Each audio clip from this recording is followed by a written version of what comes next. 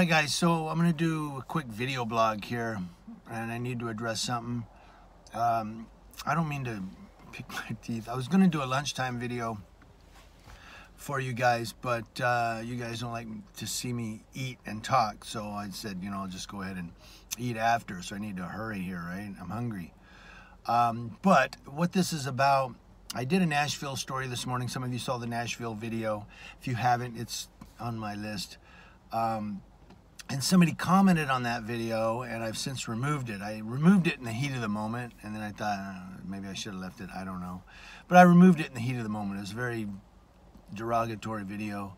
A person said, I first subbed to you because I thought you were an unbiased, you know, and against police, and you didn't judge, you just kind of, you know, were neutral, blah, blah. But he goes, here's another story twisting it to make cops look bad, and da-da, and you're so biased. And he goes, why don't you just call yourself what you are? A cop hater. I'm gonna put the window down. No. So, you know, so I removed this comment. He goes, and then he put, did I say he put unsubbed? I'm out. No, you know what? Look, so I guess I need to explain myself again. To everyone, that this guy's either not paying attention to my videos, or he's not following me for very long, or I don't know what's going on with that guy. Having a bad day, I guess. But I am not a cop hater. I am far from being a cop hater. I am pro law enforcement.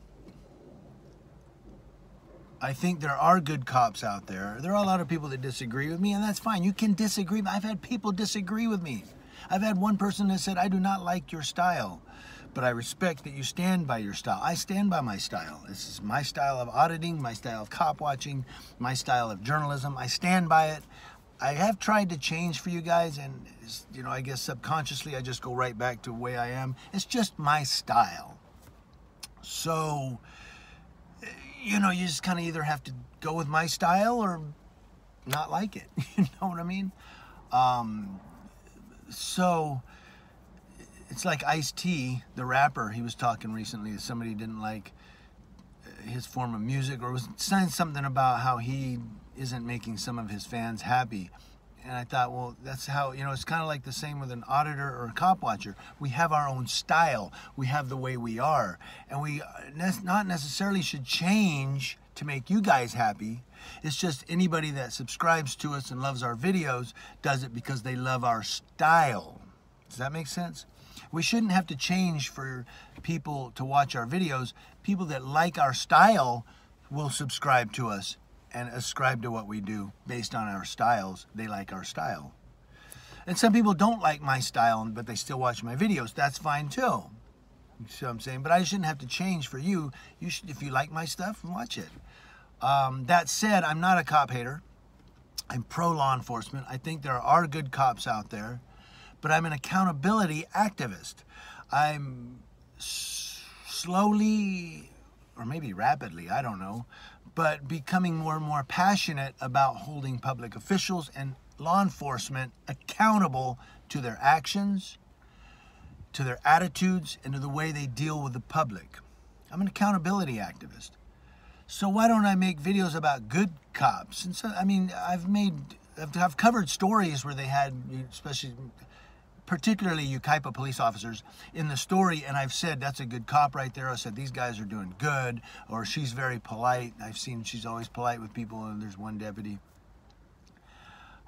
So I do mention good cops, but why don't I do good cop stories in the mornings? Because those are the good cops that I would be talking about are already holding themselves accountable. I mean, as an accountability activist, I don't need to hold someone accountable that's already holding themselves accountable. Does that make sense?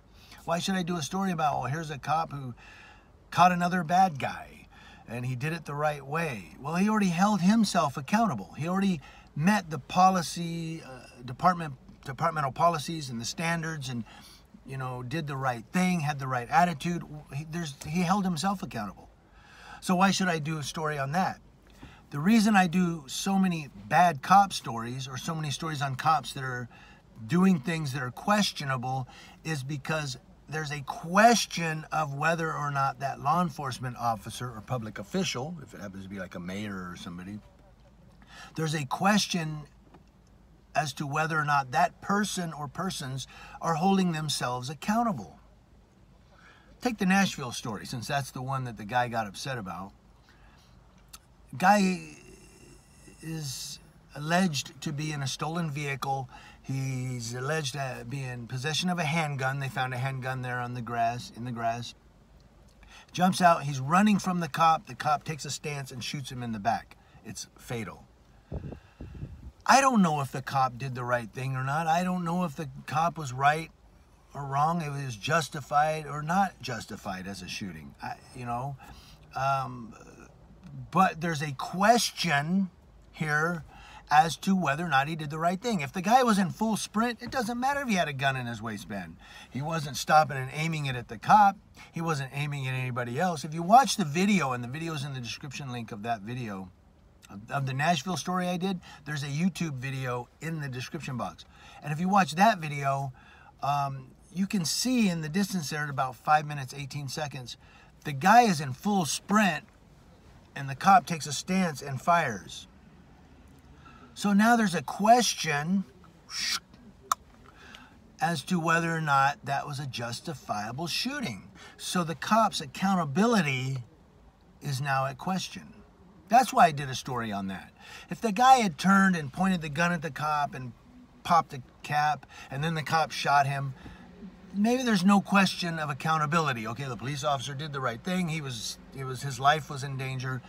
Okay, everything's accounted for. But this guy looks in the video like he's in full sprint and gets shot in the back by the police officer, who takes a stance, sees the guy running away, and pops him. His accountability is in question now, meaning that he has to account for why he shot this guy in full sprint running away, not looking at him, why he shot a guy who wasn't aiming a gun at him. See, there's accountability issue here. That's why I did the story on that. Put my window back up because we've got DJ Jazzy Jeff over here with his blasting radio. But that's why, I do videos on those stories, is because we're looking at the accountability of whether or not those people did the right thing or the wrong thing. That's what we're looking at. Good cops that do the right thing, well, there's no question. They've accounted for themselves already. So that's why I do that. Now, you also have to understand, I'm not making an opinion. Sometimes I may give you an opinion to give you guys something to chew on. Let me know if you disagree. It's okay. You can stay subbed and still disagree with me. That's fine. But what I'm saying is, a lot of the stories that I give you, I'm getting my information from those newspapers. This one from Nashville came from NBC4, or NBC. I don't know if there's 4 there, but NBC. So I'm getting them from newspapers, the news, media outlets, police PIO reports, and so forth. I'm not just making shit up and giving it to you guys. I'm reporting to you what's already been reported in a media outlet or a media news source, something to that effect. You have to draw your own conclusions and opinions. And if you disagree with me, let me know. Don't get all upset and say, oh, you're twisting it. You're doing a fake story to make that cop look bad. I don't have to make that cop look bad. The video speaks for itself. The guy was in full sprint. The cop stops, takes a stance, and shoots him in the back. I don't know if the cop was right or wrong or justified or not. That will come out. That's for you guys to decide. Watch the video, read the article, and then go, But everybody's saying, well, the cop did the right thing because the guy was in a stolen vehicle, had a criminal background, and had a handgun. Really? So the cop just can shoot him? What happened to the 6th Amendment or the 14th Amendment? Due process, speedy trial. What happened to those? We just throwing those amendments out now because, well, this guy had a criminal background, a gun, and a stolen car. Shoot him! Really?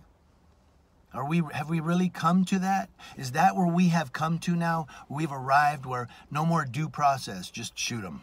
Get rid of these criminals. I do also have sometimes trouble with certain trials. I'm trying to figure out how to word this. I'll give you an example. This is the easiest way to do it.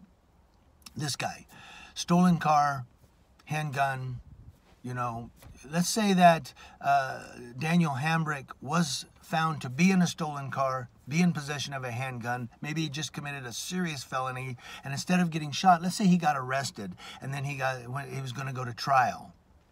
Yeah, I might disagree. I might say, man, that dude needs to go to prison. He needs to learn his lesson. He committed a serious felony. He had a stolen car. We're just saying hypothetically, man, he needs to go to prison for 20 years.